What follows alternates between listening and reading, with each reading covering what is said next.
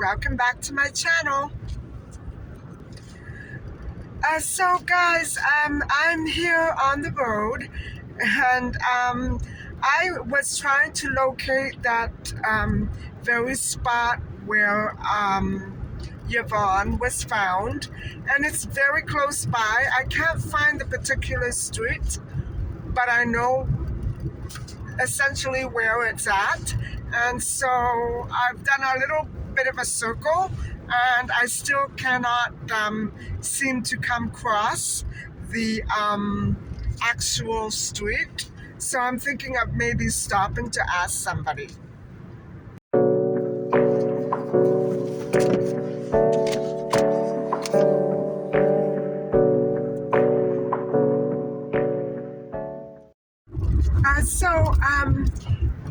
The place that I'm looking for is in another township, and so I'm pretty sure I know where it is, and it's in between two major streets, so it's in another township that I'm very familiar with, but it just so happens that I'm out here right now, and so I thought I would talk to just a little bit more about the Yvonneleroux case. And so guys, what I wanted to tell you was that one thing is that we don't know what the situation with Yvonne actually was.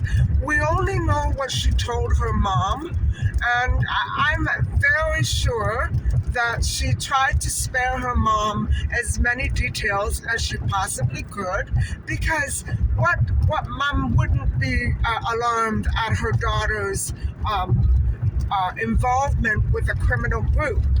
And so another thing that I wanted to point out to you is that this would have been labor trafficking and human trafficking at one of its most severe, because it was a very severe form, because number one, she was a child who had struck up this friendship when she ran away at 14, 15 years old. So it's not uncommon for when children run away that they do meet unsavory characters, and goodness knows why exactly she felt that she had to run away, but it must have been devastating for her to be assaulted by those four gentlemen. But again, we only have her word for it. I don't know how honest a person she actually was, and so I just wanted to draw your attention to that. We're not altogether too clear on some of the details that arise from that case. So what I wanted to say also was that as for the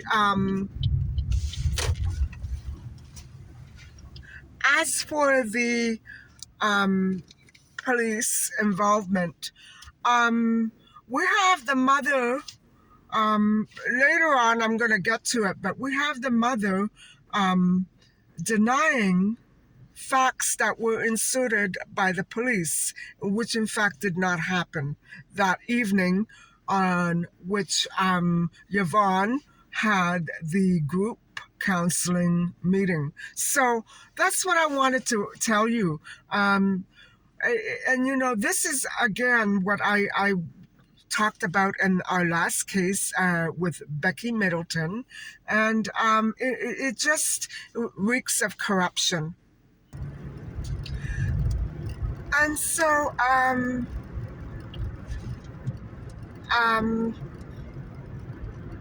sharing the road with a tractor. That night that Yvonne did go missing, her mother was evidently waiting for her outside the hospital. And I believe that she indeed didn't go anywhere without her child. and because of the problems that she had been having. Again, we can't verify that. It's not 100% certain that we know exactly what was going on that night. We only know what people, namely Diane LaRue, Yvonne's mother, told us, because Yvonne is no longer here and the police weren't there. So, and the other people involved were criminals. So nobody's going to say anything for sure. We don't have that much to go on. Only that most likely Yvonne, because she wouldn't go with anybody other than her mom in those period of 5-6 months that after she came home, she wouldn't go with anybody else. So what I'm saying is, guys, she must have been kidnapped. And so, again, getting back to the human trafficking, this was a group that trafficked her and tried to force her into labor, criminal labor, for that matter. Remember the other week I was telling you how human traffickers want people to commit crimes for them when they're young or fresh out of jail? Well, this is an example. And so she was stuck. She was really stuck. She was scared, alone, and it's no wonder why she finally went back home. So, yeah, that is a perfect and classic example of human trafficking. And it's hard to get out of it, guys. Once you're in it, you're forced into it. You don't know how to get out. So, when you guys are young, when you were younger or whatever, when juveniles get into trouble, they should be careful not to get themselves into situations with other people who are not known to them. And this is the reason why. And so, anyway, the night that she supposedly went missing, allegedly, I'm pretty sure she did, she was wearing blue jeans, a blue woolen coat, which in those days were very popular, brown leather boots, and a brown purse. And so that's what she was seeing at the group. And now these boots, they were probably very nice. They had zippers. They were probably knee length. And so I remember seeing so many of those boots when I was a child. Now, mind you, at this time, I was just a little girl. So I remember those styles. And she was an urban chick. She was an urban girl, guys. She lived in the city. I wasn't clear on that from the stories that I initially read about her. But she was probably very well, like, maybe not so much spoiled, but she had a nice home, a good family. And so she had the best of a lot. So I'm sure she was very well dressed. And, the thing is, guys, is that I'm very sure that she had to have been kidnapped. And so, it was, I don't understand how it might have happened, because if she was walking alone after the group meeting to her mother's waiting car, that is most likely she was probably snatched on the insides of the hospital. So how could that have happened? Why didn't she scream? Was she knocked out? Maybe she was knocked out immediately. I'm not sure, guys. I really am not sure. So I can only begin to imagine all these various scenarios that may have occurred to her. So anyway, she was wearing those things, and I believe she had a metal chain around her neck, and she had, of course, the tattoos on on this part of her hands, both hands. And so, guys, where she was found was so remote, especially in 1972. There was nothing there. The area has just been developed very recently, like in the past 5, 10 years. So you can imagine how remote that area actually was. And so now I've taken a drive by a different street in between those same intersections. And let me tell you, it's quite remote even now. And so I'd be so curious as to find out exactly where this street is. I have to get a map, and I didn't bring it because I was almost sure it was in one other township, and I was wrong. So you know, so my guess is that he knocked her out. Maybe there were more than one person that kidnapped her. They dragged her to the car, probably waiting in the back end of the hospital, away from where her mother would be parked. Don't forget, she had been watched constantly for months, according to a neighbor who noticed. And so, guys, it must have been so scary for her.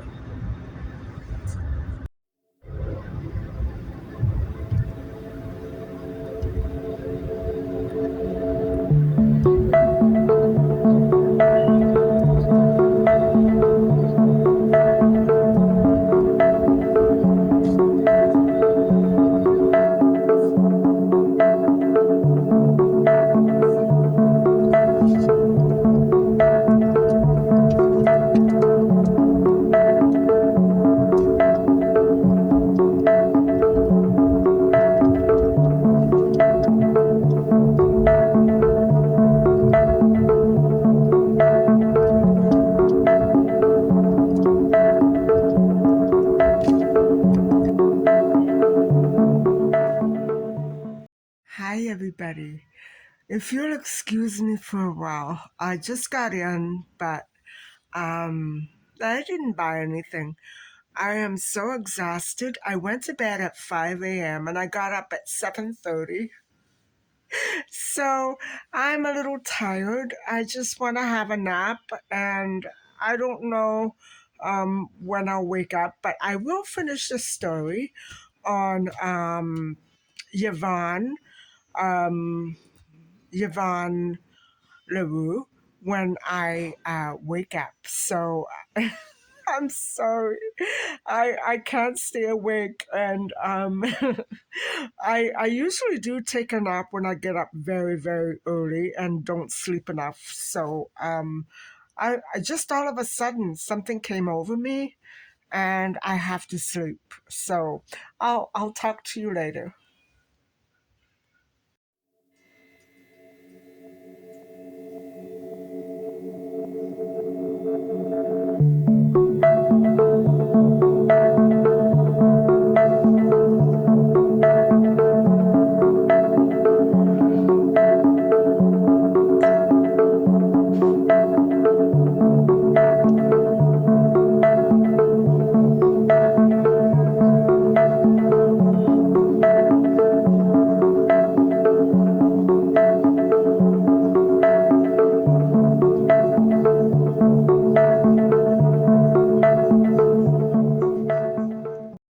I'm back, and I had such a wonderful nap.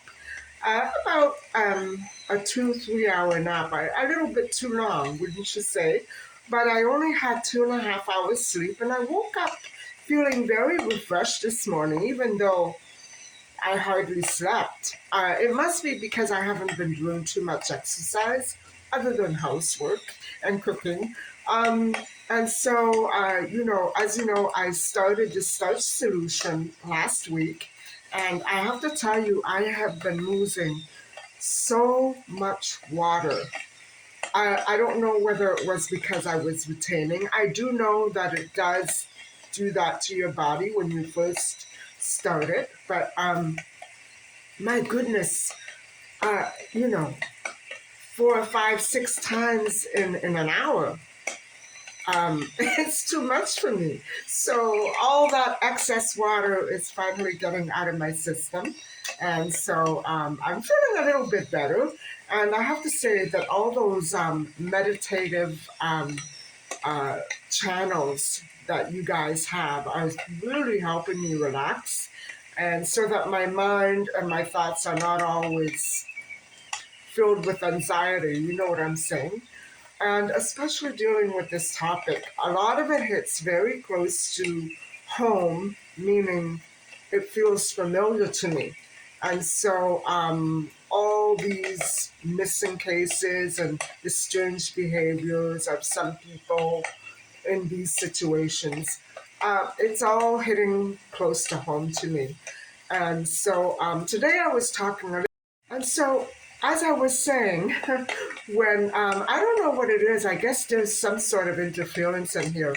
Any new group of friends that you might acquire or get to know will always at first be very kind and receptive to you. However, if it's a human trafficking ring or a gang, um, it's not going to be as easy to get away from them as I was saying today. And they really do have a way of latching on to younger children and younger juveniles. And maybe sometimes these rings are run by quite mature and elderly people. So you never know. I would just rather not go there, and always be so careful when you're making friends, guys. Make sure that you know the families. Um, at any age, with your children, with yourselves, at any age, it's always best to be careful now because of everything that's been going on in the world. Um, these stories are so common nowadays, even though this is a very old 52-year-old case which still remains unsolved. I do have a feeling, a hunch, not a feeling, that the older police forces of 1970s were on top of this and were protecting certain people for whatever reasons. Um, I certainly don't intend to make Yvonne Leroux out to be a criminal. She was just a young girl. But still, we don't have all the information and all the facts. They vanished along with her when she passed away. So whatever secret she had will never be revealed. And so I was describing to you the her attire that she wore that day, typical 70s outfit. Um, and so, guys, today, I did say that I was trying to find the street, and I know where it is. However, when I asked for directions, this is typical of me and what happens to me. Um, we got to talking about another street that was very similarly named, and so I, that was a complete fiasco. It's actually right in the area where I always seem to um, notice a situation, even today. Um, and Sunday. Today is Thursday. Sunday, I had the same situation in a different township, but the same sort of vehicle. It was a gray pickup, and my friend, he wasn't there today to see me through.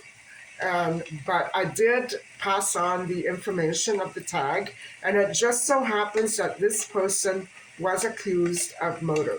I don't know who the person is, but it's the same license tag. And so, oh God. Anyway, let's get on with the story. Enough of drama about my life. Let's get back to the drama of Yvonne Leroux and her sad demise. And so on the morning, now, okay, so her mother went to pick her up on the 29th, which was a Wednesday evening, and she never materialized. She never came home. She was missing all night long. And so I am sure that Diane Leroux was beside herself, and so was Jerry, the father. they didn't know what to think. And so eventually the police were called. But while all that was going on at home, on the morning of the 30th, I would say probably bright and early, a passerby, and that would have been a really remote walk, guys, because there was nothing there. There's certainly no sidewalk. It's not that kind of an area. It's still dirt road. And so on the morning of the 30th, a man made a very, very, very grim and shocking discovery of a young woman's body just off that road in the township of this remote area. And so I know exactly where it would have been.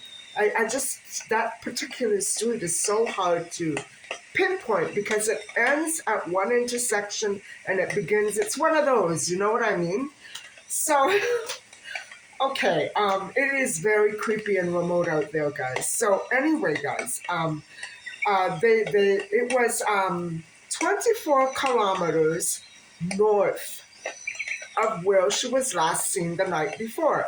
And now I know exactly where the hospital is, where she went missing. It was one block, right where my dad's business was for 25 years. Well, from the time that I was 8 years old to the time I was in my 30s. So you go figure. I know that area pretty much. It's kind of a rough and tumble area, but I got along pretty good if I stay out of it.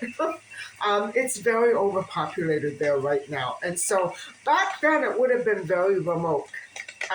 Nothing like it is today. So bear that in mind. It wasn't the same demography that we have today. Not the same high population. It was all European families, all of a certain ethnic group. And now it's a mixed match of everything and everyone. So it's quite changed. And I would say it's much more dangerous, the entire area, than it was now, than it was then. So go figure. Anyway, they found her body on the side of the road in the bushes, 24 kilometers north of where she was last seen the night before, at that clinic at the York Finch Hospital near a very busy intersection. And so Yvonne's body was found just later, hours later, in a remote township by people that actually lived right in the area. And that must have been a shocking discovery. I would have been scared. I would have moved. In fact, I still want to move. They contacted immediately the York Regional Police, who then investigated and determined that she had been killed and foul play was suspected because it was very clearly a homicide. And one of the clearest indication were the scars that they had scraped off, oh my God, the tattoos on her hands. And also, an autopsy revealed that she died as a result of a blunt force trauma. Now, I don't know if she received that trauma at the hospital when she was kidnapped, if she was kidnapped, or right then and there before they left her there. I don't know. So those details are lacking. And so, the autopsy report showed that Yvonne had severe abrasions on these parts of her hands. And so I'm pretty sure that she had more tattoos, not only here, but here. And so these tattoos are always associated with a gang. And so that activity of taking the skin off is also related to gang activity. So, the way Diane explained it, her mom, is that you had somebody and now they're gone forever. And there's nothing that I could ever do about it. And so it has been 52 years since Yvonne's death. And still, Police are not sure who did it. They are still hunting for the one or two people, possibly, responsible. And so currently, there is a $50,000 reward for anybody who can provide valid information that would lead to an arrest of the actual individual responsible for Yvonne's death. And so police would not divulge that much more information about any sorts of DNA left at the scene. In March 2016, the police board renewed that reward for $50,000, and Diane LaRue, Yvonne's mother, still has no answers to this day. And so she doesn't know who killed her 16-year-old daughter, Yvonne. And Diane did have a strange dream once, and she explained how Yvonne came to her in a dream and blurted out the name of one of the men involved in her murder. And she uttered the name Bonafiglio or Brunafiglio. Go figure. Now, almost a half a century later, or actually half a century later, more, Diane is still haunted by her daughter's memory. And for her, there's no closure, not even for her father, Jerry. And so nothing can bring Yvonne back. And as for whether or not the case will ever be solved, Yvonne's mother seriously doubts it. And as for Jerry, he says it feels as though almost he's been in limbo ever since she died. And ever since the day of her body's discovery, he has been feeling lost and without any help whatsoever. And so, wow. And guys, what I wanted to say was, before Yvonne went missing and was discovered, they had gone to the police. Her and her daughter had gone to the police multiple times for assistance because they knew that this group of this people, this gang, I don't know what to call them because I don't know who they are, would not leave her daughter alone.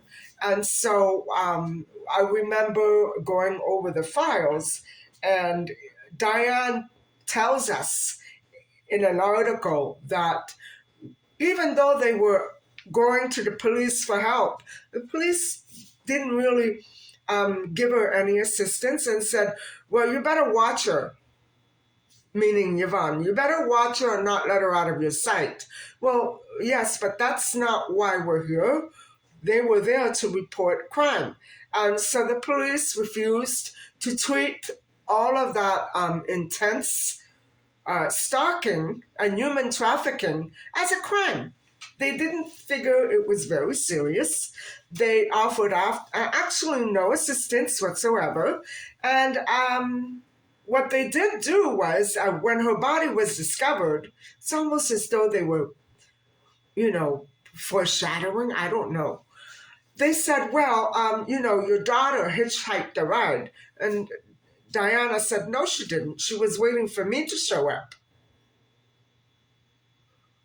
Or something to that effect. Diana had gone to the hospital to pick up her daughter.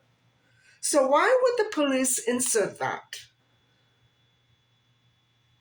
Unless somebody came forward or they interviewed somebody who was a suspect and that's what they told them. How would anybody have any information like that when Diane wasn't around anybody, just the hospital group? Unless somebody had interwoven themselves into that group just to watch Diane. And I feel that that may be part of the scenario, and so that they were able to contact one another before she actually left the hospital and went to her mom's car. Things are still up in the air. And as I said, there aren't that many publish details about that specific evening other than she was at the hospital group. Nobody knows when exactly she left about 10 p.m. Nobody actually can give a very conclusive description of her leaving, other than the fact that she was wearing certain clothing items. Um, Everybody's up in the air about what her plans were. Her plans were, of course, to go home with her mother. And I believe that. I'm sure that Diane was scared and would not have tried to make her way home hitchhiking at 10 o'clock at night with the problems that she had been having. Maybe in her younger days, yes, but not then. And so that's what I think these murderers were planning, that, oh, she was, taken by some unknown person. No, it was from the people. She was taken by the people who were after her. And so, guys, that is the end of this story. A very ugly and gruesome story. And, I hope that these situations start to sort themselves out properly, because the way that they are being handled, or at least the way that this one was handled 52 years ago, left a lot to be desired all around. And I'm very sorry that the family had to go through that because of ineffective laws that police refuse to enforce. Um, because also it infringes on other people's rights. That's a big, big issue. But when you have somebody who is being stalked and she knows who the people are and the police refuse to do anything, then I would say that they're contributing to that human trafficking situation a great deal. And actually, they're the ones who enable. And so, if this gang wanted her to be a drug runner and the police were helping out, what does that tell us? I'm not suggesting that this is what's going on these days, although I do have to wonder sometimes. I do have to wonder, and I have my reasons, but not fair. Not fair to make other people live by everybody else's corrupt rules. And even me, when I drive through a road, I'm tired of always calling the police to give all these tag numbers, because it's scary. Not only is it tiresome, it's scary because I always find out something that's brutalizing, and I don't want to know anymore. And I want the police to do something about those bums who sit on the side of the road waiting for targets to come by. I don't care what time of day it is, where it is. I'm tired of it. And I think that the police should maybe try to, or the city should try to construct something where people are not allowed to hang on off of railroad tracks with things pointing out the window, hoping that that person will drive by and they'll get a lucky shot. Because you know what, guys, I've read about it, I've seen it, and I don't want to know anymore. I think it's time that it stopped. And with situations like this, and it's still going on, I think that, yes, this police department needs to do something and step up, because it's not working the way it is now. Anyway, guys, I really hope that you got a good feel for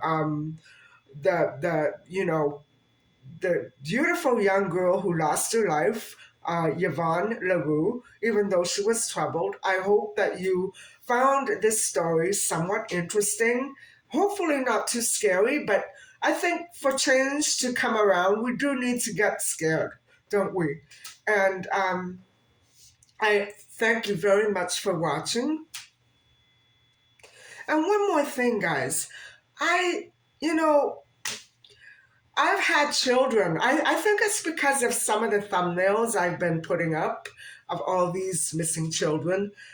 I've had children subscribing to my channel, and although I do try to keep it as clean as I possibly can, clean of gruesome details, It's not I don't think any parent should allow their child to subscribe to just any channel and then go there.